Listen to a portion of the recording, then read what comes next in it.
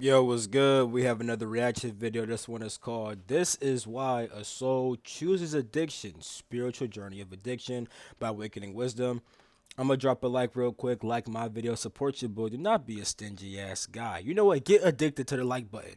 It's part of your spiritual journey. Now, I'm not gonna lie. I'm curious what he's going to say, mainly because I have a couple of theories, but I would never make a video about this, only because I would hate for someone who is struggling with addiction to get offended by what the fuck I'm saying. Now, with that being said, he's saying this shit, not me. I can agree with him. You know what I'm saying? I'm gonna let you know if I agree or not, because I have a couple of theories and shit. I feel like I do understand why, but I don't want to fucking say it. I'm not trying to offend niggas. I want him to say the shit. What If he drives a soul to choose addiction and suffering instead of love, peace, and compassion? Is it a soul's fate, a curse from their past? Or do they deliberately choose darkness as their life's journey? Some of the most spiritually advanced souls on I feel like it's a combination of all of that, me personally. earth are addicts, homeless people, and those society calls lost. Addiction is not a punishment, it is an intentional path chosen by the soul to That's not always true though, because like you know how people be like you choose your whole entire path. Not always. Like sometimes you're born onto the earth, right? And you know that it's gonna come with struggles, but you don't know that it's gonna be you being addicted to something. So like in some like you indirectly choose this thing. You know that it's gonna be some type of struggle, but you don't always know what the struggle is. Sometimes you do know what it is. Some people do specifically, well, I believe that some people do specifically choose addiction. You know, I do believe that, but it's not always. You know what I'm saying? Like directly chose. It's indirectly chose sometimes. But let's let him explain. break open the illusion of separation and to discover the deepest forms of compassion and love that only emerge from separation to punishment. It is an intentional path chosen by the soul to break open the illusion of separation and to discover the deepest forms of compassion and love that only emerge from total darkness. I mean, I could definitely. I never thought about that as being a reason, to be honest. I'd be thinking shit like, well, sometimes when you have addiction, but then overcome addiction, you learn how to overcome addiction. Like, like what I literally just the process of learning how to overcome that shit is why somebody might get addicted. I've actually seen YouTube videos of niggas getting addicted to cigarettes on purpose to see if they could break their addiction. So that's something that your soul, I mean, that's something that a fucking human naturally fucking thinks. I'm sure your soul might think the same thing because sometimes your soul wants to get every experience possible. Shit, sometimes you could have met somebody in your life who had an addiction, but then you treated them wrong. And then when you die, you feel bad about that shit. Now you say, damn, I'm going to choose to be addicted inside my lifetime and have the roles get reversed to see what the fuck it was like. You know, like, there's mad reasons why. You know what I'm saying? I never thought about this one, though. I'm not going to care. But I could see this being a possibility. No, not going to lie. You know what I'm saying? There is something humanity has deeply misunderstood about addiction. People look at it from the surface as if it is merely a bad habit, a weakness, or a disease of the body. But from the eyes of an ancient mystic, from the vision of one who has studied the soul for many lifetimes, addiction is something far more sacred, far more tragic, and far more revealing. Addiction is not random. Addiction is not meaningless. Addiction is a language, the forgotten language of the soul that has lost its way home. To understand this, we must begin from the very first steps of a soul's journey. Every soul, before entering this physical world, exists in a place beyond words. It lives in a reality that is not bound by time, form, or suffering. It lives in a state of union, a feeling of absolute belonging, absolute peace, and absolute love. This is true. The soul knows itself not as separate from existence, but as existence itself. This is There is true. no loneliness there, there is no fear, there is no emptiness. It is a world where nothing is missing, but when a soul chooses to incarnate into human life, it agrees to a sacred forgetting. It agrees to take on a body. And with the body comes limitation, hunger, pain, impermanence, and the greatest suffering of all, the illusion of separation. You see, when a baby is born into this world, that child still carries the fragrance of the other side. Look into the eyes of a newborn and you will see a depth, a purity, that has not yet been shaped by this world. But as the child grows, something begins to happen. The density of this world, the noise, the expectations, the traumas, the loneliness, begins to cover over the memory of that original home. And for some souls, this forgetting feels unbearable. Some souls are especially sensitive. Some carry a deep memory of peace. Some have spent many lifetimes in higher realms where love was the only language. When these souls find themselves in a world of harshness, violence, rejection, or emotional coldness, they experience a grief that has no name. Once you try a comfort hoodie, you can't go back to What they thought this was, yo. It is not just I need the that grief ad of a blocker, difficult gang. childhood. It is the grief of exile from their true nature. But the human mind does not understand this grief. It cannot say, I miss the source. It cannot say, I long for reunion with the divine. Instead, it feels only a strange emptiness, a restless hunger, a silent pain that seems to have no clear cause. And this is where addiction quietly begins. Addiction is born the moment a person feels deeply disconnected from their own soul, but does not know how to return. That is pretty true. I'm gonna run that back. I like how you said that. A restless hunger, a silent pain that seems to have no clear cause. And this is where addiction quietly begins. Addiction is born the moment a person feels deeply disconnected from their own soul. That is true.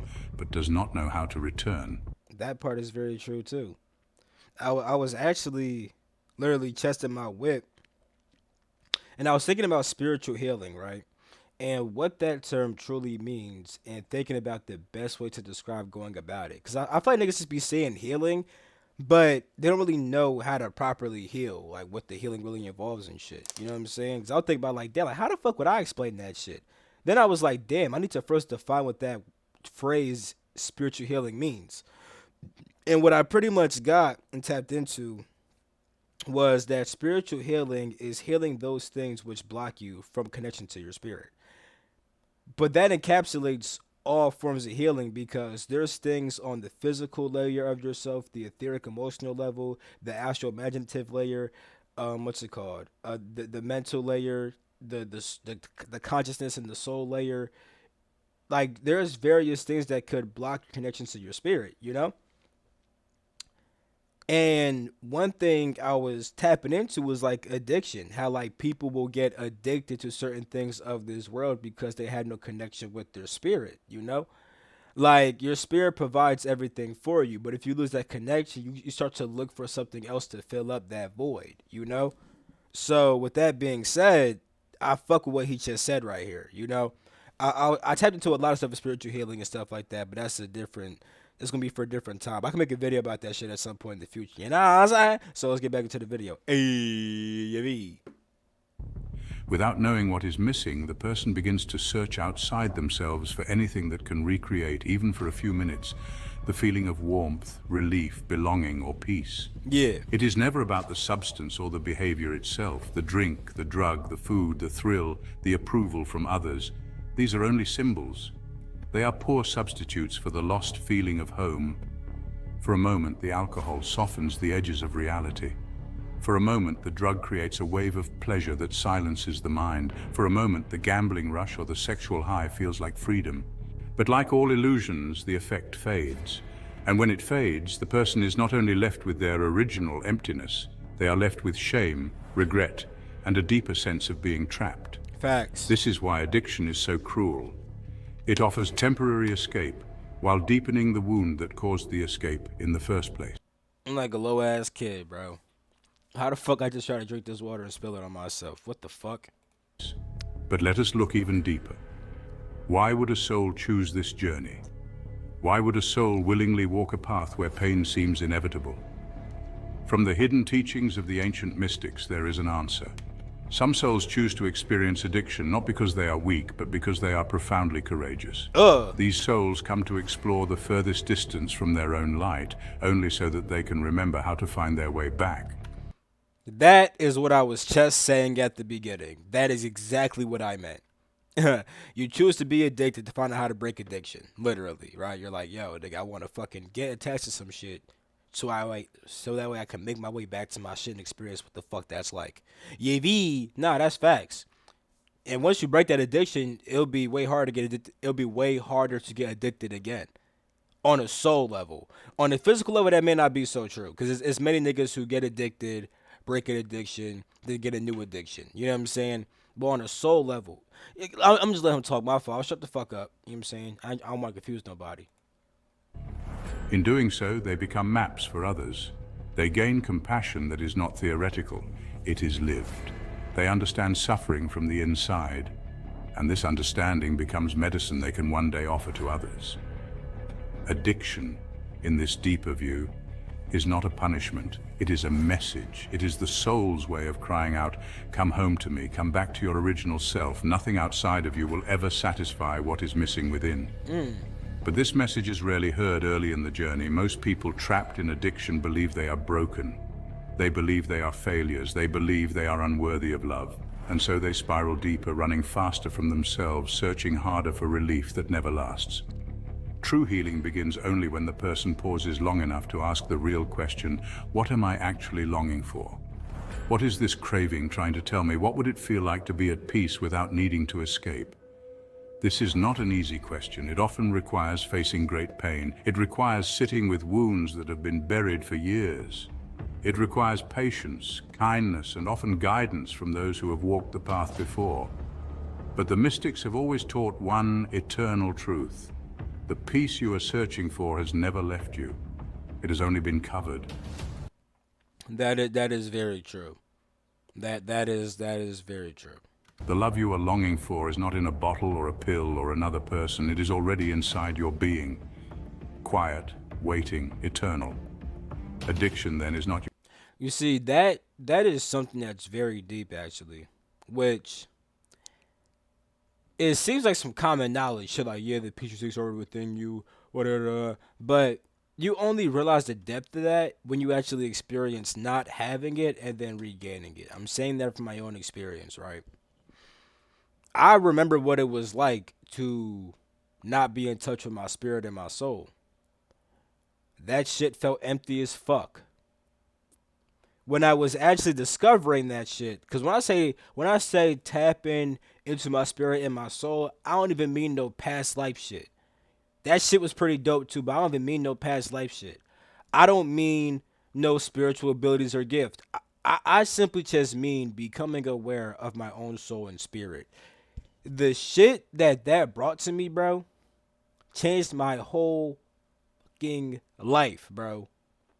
Like, I don't, like, some of y'all do understand, but a lot of people don't understand because meditation for them is just a way to manifest. Spirituality for them is just a way to get some type of power. It's not really about discovering the true essence of their spirit and their soul. Oh no, they just want to tap into a past life and seem kind of cool. It's not about truly tapping into your soul beyond all the past lives, because even aside your past lives, those are characters which also still have souls.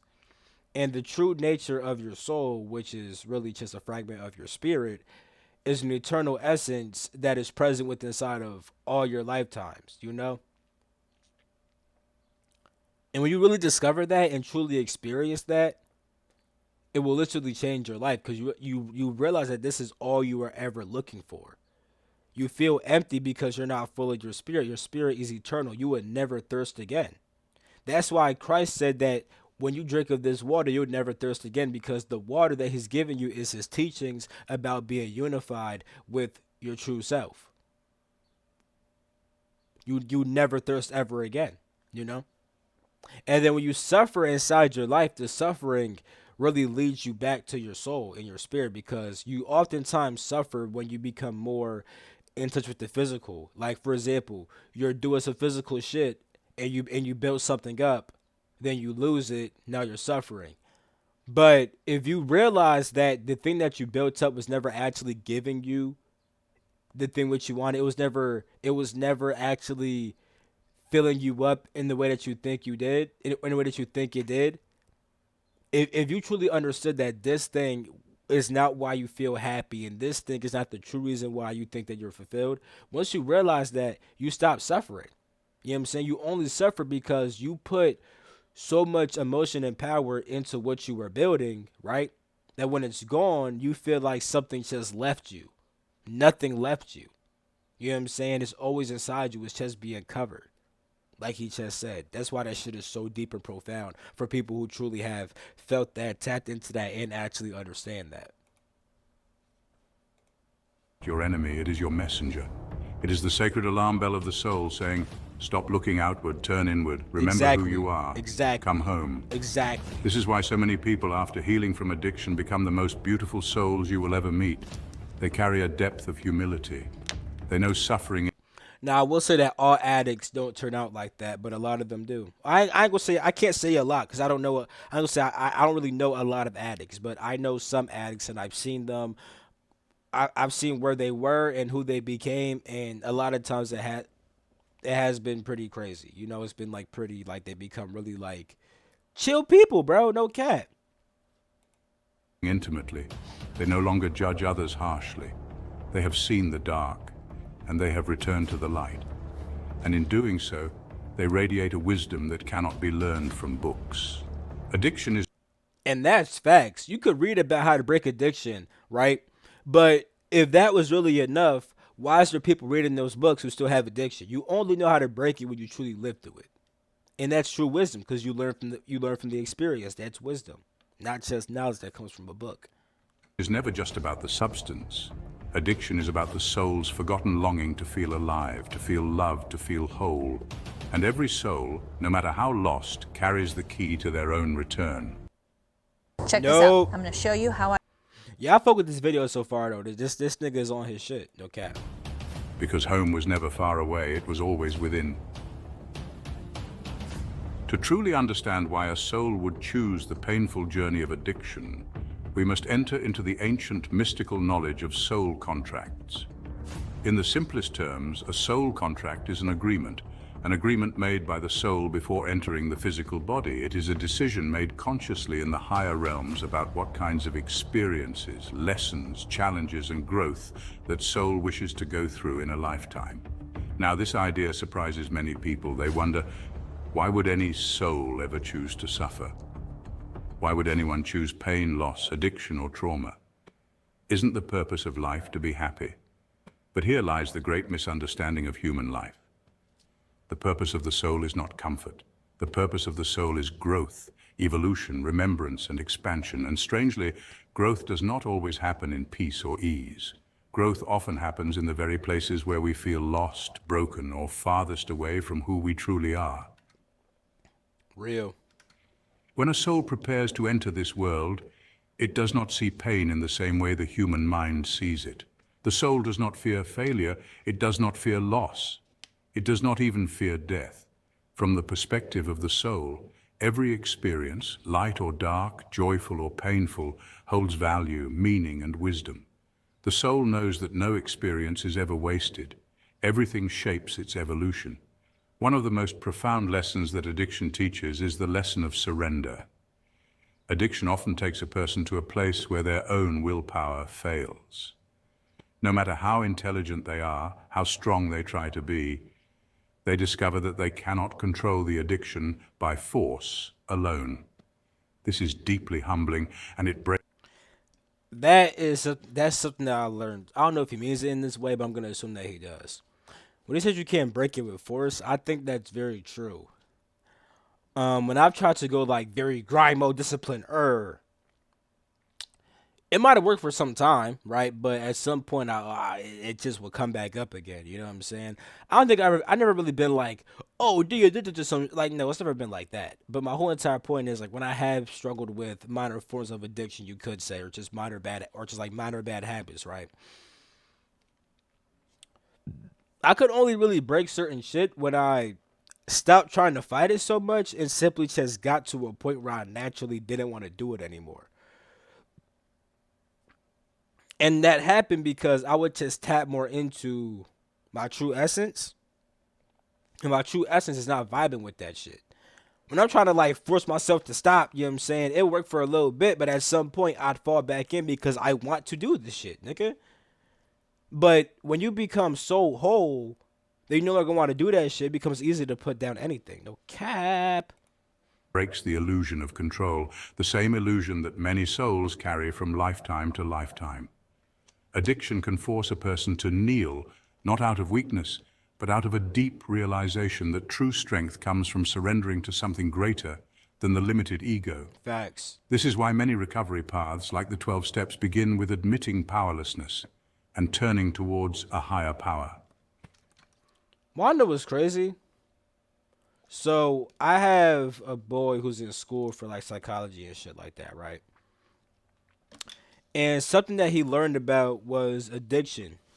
And they actually do, when it comes to addiction, bro, one of the steps they do tell you about is literally like, you know, realizing that there might be a higher power, thinking about, you know, this higher power and your higher purpose on earth and shit like that. That's like a real psychological development tool.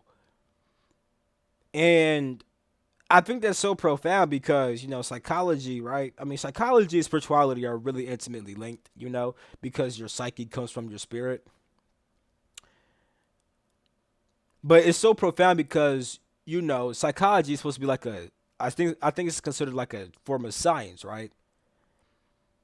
And you're not allowed to, like, you don't really mix spiritual elements with science. You try to keep those separate. But the fact that in psychology they mention that to break addiction, it's good to consider these things. So it's crazy. That's what he's talking about right now. It makes you think. You know what I'm saying? Like if they studied addiction, right? They know some of the best ways to overcome this shit. You know, and they put that as one of the steps. Yevi. This is not a failure. This is ancient spiritual wisdom disguised as suffering. Many mystics believe that souls who have carried great pride, stubbornness, or ego in past lives sometimes choose addiction to dissolve those old patterns. They want to remember humility. They want to remember connection. They want to That's a fact.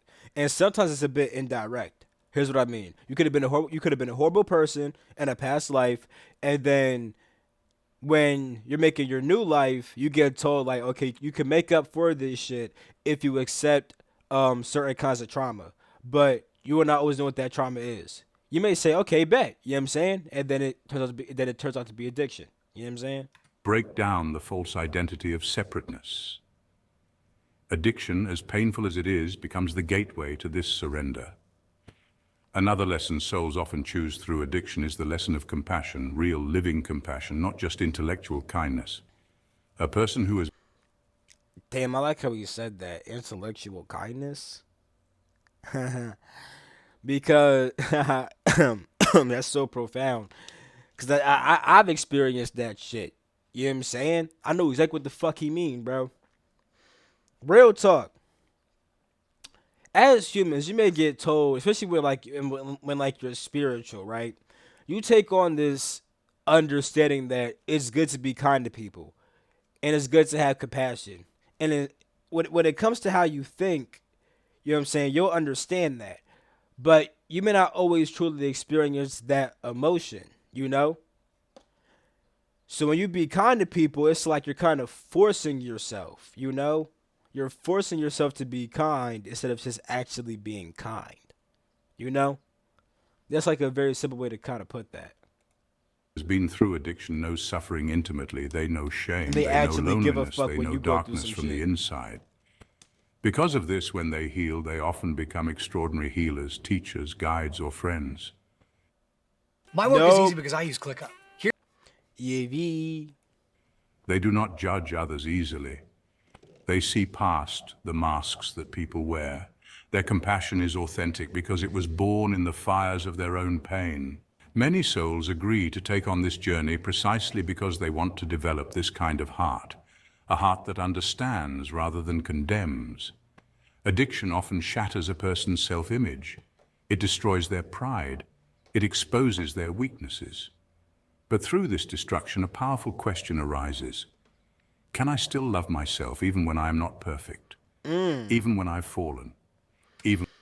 now that's deep, nigga, because a lot of people who get addicted end up hating themselves. Yo, remember that one video about, I don't know if y'all saw this. Some of y'all probably did, but y'all may be new. I don't know. But I made a video, right, about a person who spent mad money on OnlyFans, right?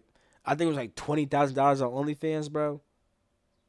Maybe 200,000. It was mad bread. And inside the video, he's like getting mad at himself and all this other shit. Like you can tell that the self love is not fully there. Nigga, when you down on your ass like that, and you can still love yourself, bro. That's true unconditional love, because you love yourself even under the worst conditions, because you don't care about the conditions. You just love yourself anyway. That's deep, nigga. Even when I've made mistakes. This lesson is at the heart of many soul contracts involving addiction. Some souls have spent many lifetimes being perfectionists, achievers, or overly identified with status and success. In this lifetime, they choose addiction to confront all of that. They come here to learn unconditional self-love, love that does not depend on external success or human standards of worthiness. Learning to love oneself even at the lowest point is one of the most sacred lessons a soul can carry. There is also a mysterious teaching that ancient mystics speak of, that some souls choose addiction not only for personal lessons, but for collective purposes. Addiction is not just a personal wound, it is a mirror of collective human suffering. It reflects how disconnected modern society has become from true connection. That is true. If spirituality was normalized, bro, there would be way less addiction, my nigga. True community, true purpose, and when I say spirituality more normalized, I don't mean like how it's becoming today, where how spirituality is just crystals, herbs, and that's it. Like, no, I mean like actual true spiritual teachings and true spiritual practices and true spiritual help and compassion for one another and stuff like that. If we had a society like that, it'd be way less addiction, bro. You feel me? and true love. Some souls agree to carry this suffering in their own lives to help awaken the world to its deeper wounds. Their life becomes a living example, a message to others. Look here, see what happens when love is missing. See what happens when a human being is lost in separation. And when these souls heal, when they speak, when they share their story, they carry a power that can awaken thousands. Now, it is very important to understand something here. A soul may choose the conditions for its lessons, such as addiction, but it does not choose every detail of the story. The soul agrees to enter a human life where addiction may arise, but once incarnated, the human being still has free will.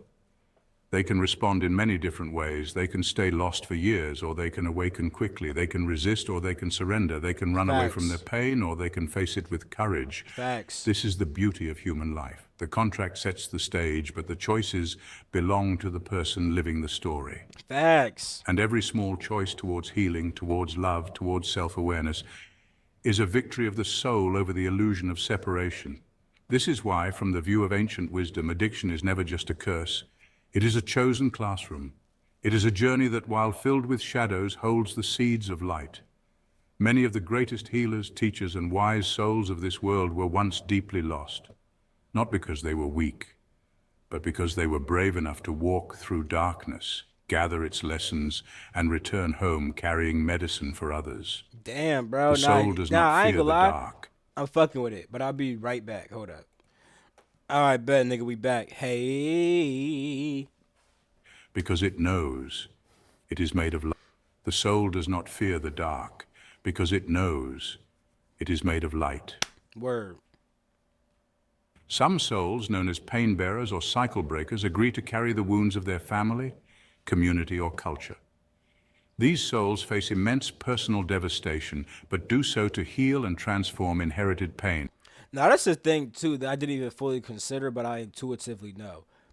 Nigga, there are souls, because, like, you know how, like, because, like, addiction really can be passed through, like, DNA and bloodlines and shit. You know, like if you had somebody, like, if your mom or dad or both had an addiction, you're more likely to have an addiction also. That's just how, like, your fucking body's built and shit. You know what I'm saying? But if a soul incarnates inside that body and then transforms the addiction, they also transform the genes and stuff like that. They can actually literally heal the bloodline, like on a biological level, not like on some spiritual. Like, spiritual curses are real. So when I put quotes, I'm not trying to say it's not real. I'm just saying that a lot of niggas talk about breaking cycles that are just spiritual curses and shit like that. But, like, you could literally change the DNA of a certain family if you get bored inside this body, it transforms all the pain that they could not deal with. That is literally, then the kids that are born would have more healed DNA and it would be less likely to have addiction or whatever else you healed with inside that bloodline. You know what I'm saying? That shit facts, bro.